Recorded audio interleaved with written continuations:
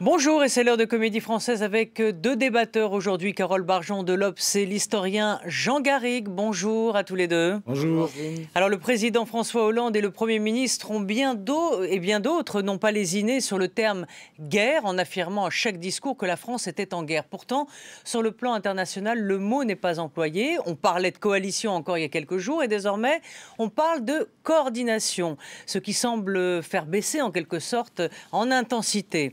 Alors, ma question est, en quelque sorte, est-ce que le mot guerre a un sens pour vous? Est-ce que ce n'est pas un mot un peu dévoyé?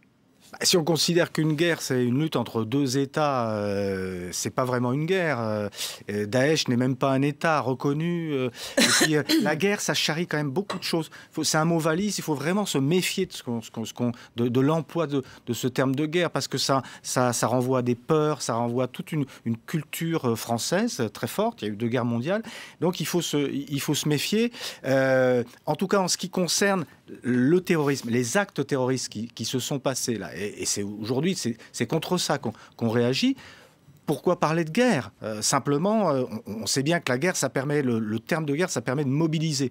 Mais pourquoi parler de guerre? Puisqu'il s'agit de mobiliser. Donc vous êtes en désaccord avec ce terme-là? Moi, je trouve que ce terme, il est exagéré. Il faut vraiment se méfier de la manière dont on l'emploie. Ce qui ne faut pas dire qu'il ne faille pas se mobiliser. Mais finalement, ce n'était pas la peine de parler de guerre. Carole, est-ce qu'à votre avis, il est employé pour, dans le fond... Moi, je crois que ça désigne tout de même une nouvelle forme de guerre. C'est un peu ce que François Hollande a voulu dire, je pense.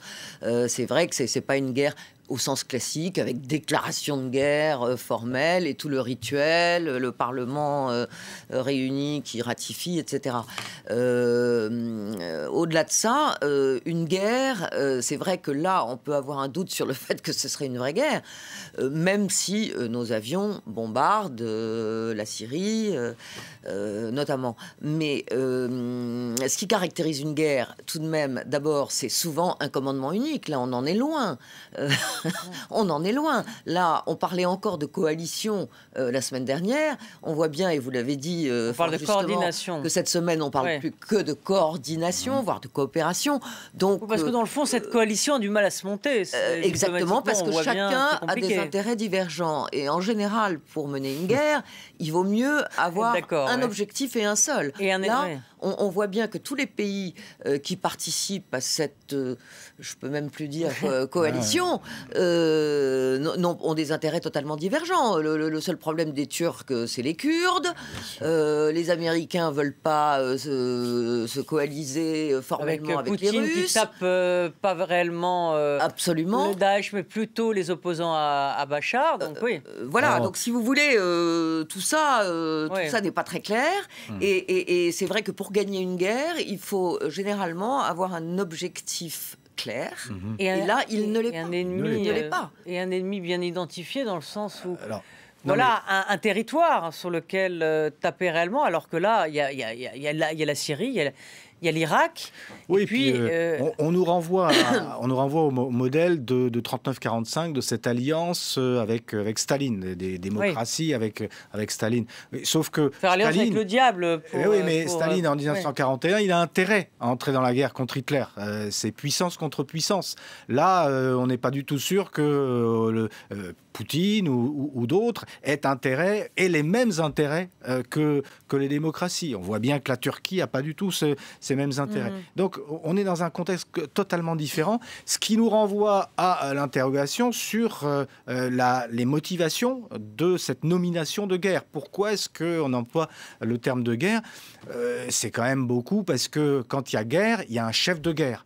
Et donc, pour François Hollande, c'est quand même plutôt positif, je dirais. Oui. Et on lisait, Carole, on lit dans les magazines, certes, un philosophe, Pascal Brunner, pour ne pas le nommer, a fait un peu le parallèle aussi avec Pearl Harbor.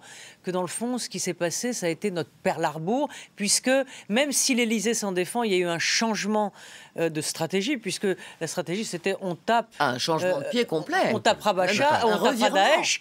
quand on décidera du sort de Bachar. Et c'était la priorité. Aujourd'hui, François Hollande a changé de priorité, même s'il ne veut pas le lire comme ça. Donc, est-ce que, voilà, par moment dans l'histoire, eh bien, il y a des événements qui changent. Il y a des événements qui servent de déclencheur. Qui changent la donne. Ouais. Oui, absolument. Et ça, c'en est un. 130 pour les Russes aussi, en plein Paris. Ça a commencé avec Sarajevo en 1914. Voilà, il faut des déclencheurs. Alors ça vous avait pensé à ça parce que j'ai vu que vous aviez fait un petit tweet, Carole, il y a quelques jours. Oui, parce que quand j'ai lu que l'avion russe, un avion russe avait été abattu par les Turcs. Je me suis dit, si jamais les Turcs voulaient répliquer, les Russes, pardon, voulaient répliquer, on ne sait jamais, il peut y avoir une escalade. Et j'ai pensé à Sarajevo, voilà. Parce que souvent, vous avez des événements comme ça, de l'archiduc d'Autriche, connexes, mais qui finalement, compte tenu d'une situation extrêmement inflammable, peuvent servir de déclencheur. Oui, voilà. Bon. Oui, parce que c'est vrai, j'espère que un petit rappel historique, tant qu'on vous a sous la main. C'est vrai, 14-18, l'assassinat de l'archiduc Louis-Ferdinand. François Ferdinand, François Ferdinand, pardon. Une sorte d'anarchiste dont on ne savait pas très bien s'il était bosniaque ou manipulé par les Serbes. Mais en fait, ça recouvrait quoi? Ça recouvrait une lutte d'influence sur les Balkans, entre d'un côté les Russes, précisément, et l'Empire austro-hongrois allié aux Allemands.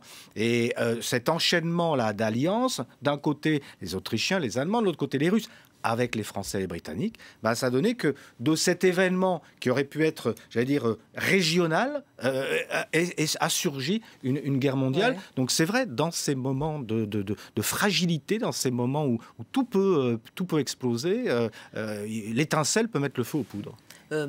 Juste pour en venir au terme de guerre et éventuellement aux intentions de François Hollande, je pense que il voulait vraiment caractériser une nouvelle forme de guerre, nos avions bombardent, etc. Mais je pense qu'il y avait aussi effectivement, vous l'avez d'ailleurs un peu suggéré, je crois, l'idée de réveiller quelque chose chez les Français, parce qu'effectivement, quand il y a une guerre, on est forcément unis, ça révèle un sentiment, et on le voit ces jours-ci, de patriotisme aigu, puisque on va tous mettre nos drapeaux aux fenêtres demain, et donc si on les trouve. Si on les trouve, oui, parce que c'est pas évident. Parce que ça, c'est pas évident. On mettra des tissus. C'est vrai. Alors hors compétition sportive, alors évidemment, je pense à la Coupe du Monde où tout le monde sortait son drapeau, mais enfin l'idée du drapeau était devenue totalement, la notion de nation en France était devenue totalement ringarde. Oui, mais parce qu'il y a toute une culture, il faut bien dire une culture de gauche, qui s'est défiée de la nation. Mais à l'origine, cette notion-là, le patriotisme, c'est une notion de gauche justement du 19e siècle. Et puis, à la fin du 19e siècle, début du 20e siècle, les nationalistes, ceux qui prônent un nationalisme d'exclusion, s'emparent de cette notion. D'où ce réflexe de la gauche, justement, de renvoyer le drapeau tricolore et tous ces symboles à une histoire, justement, conservatrice, militaire. Et on voit bien, en mai 68, le drapeau tricolore, il est rejeté par toute cette génération, qui est une génération qui pèse dans notre société d'aujourd'hui. Donc il y a eu quand même cette désaffection pour tous ces symboles. Et c'est vrai que là, il y a un vrai tournant symbolique. Le fait qu'un président de la République socialiste remette en avant, comme Ségolène Royal l'avait suggéré. Oui, elle s'était fait moquer d'ailleurs. Oui, mais elle s'était fait assassiner. Carole, parce que tout de même, vous dites que la gauche s'en est méfiée. Moi, je dirais même qu'elle l'avait pratiquement rejeté, à tort d'ailleurs. Oui. Parce que du coup, ce qui s'est passé, c'est que c'était le Front National qui, lui, arborait fièrement les trois couleurs, qui du coup, je pense, a prospéré sur effectivement un abandon par la gauche de valeurs qui ne sont quand même pas extrémistes. Et aujourd'hui, ça va être dans le fond tous derrière le drapeau. Tout le monde va sortir son petit drapeau à la fenêtre vendredi, comme l'a demandé aux Français François Hollande. Tous oui ou non, parce qu'il y a quand même des voix qui s'élèvent, qui critiquent, qui parlent de récupération, etc. Alors en même temps, de récupération de quoi ? de récupération de cette thématique, justement, par François Hollande à des fins politiques. Bon, ce qui est intéressant, c'est de voir que d'emblée, Marine Le Pen a dit « je participerai ». Et là, on voit bien à quel point le Front National il est très présent sur l'identification à ces symboles. Et comme le disait Carole, il y a une OPA du Front National sur toute une symbolique nationale et républicaine depuis 40 ans, qui est quand même Mais il y a une OPA parce qu'on lui a abandonné le terrain. C'est vrai. L'OPA n'est possible que si le terrain est abandonné. Hein. C'est clair. Et elle en quelque sorte, elle a gagné. Est-ce qu'elle a gagné la bataille des idées depuis longtemps, Marine Le Pen, sur certains sujets?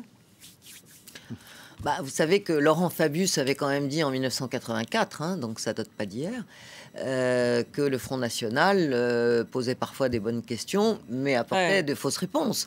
Donc, je crois que oui, tout ce qu'on voit depuis une trentaine d'années, c'est que effectivement, le Front National a prospéré sur tout un tas de sujets que la gauche et une partie de la droite avait laissé en jachère. Effectivement, les valeurs de patriotisme, les valeurs d'autorité à une époque. Je veux dire, maintenant, les socialistes sont sécuritaires, ça a l'air d'être une évidence, mais enfin, la conversion est quand même très récente. Il n'y a pas si longtemps, c'était un sentiment, rappelez-vous. Donc, je crois que votre question m'ennuie. Je vois. Mais oui, bon, écoutez... On poursuivra. Ne soyez pas gênés. C'est Gramsci, dans le fond. On gagne la bataille électorale quand on a gagné la bataille culturelle. Mais ça, vous n'avez pas le temps de répondre, malheureusement. Dommage. Ce sera le mot de la fin. On méditera sur Antonio Gramsci. Merci à tous les deux. Et on se retrouve dans Politique à 17h10 avec Jean-Marie Colombani et nos invités. À très vite. Merci.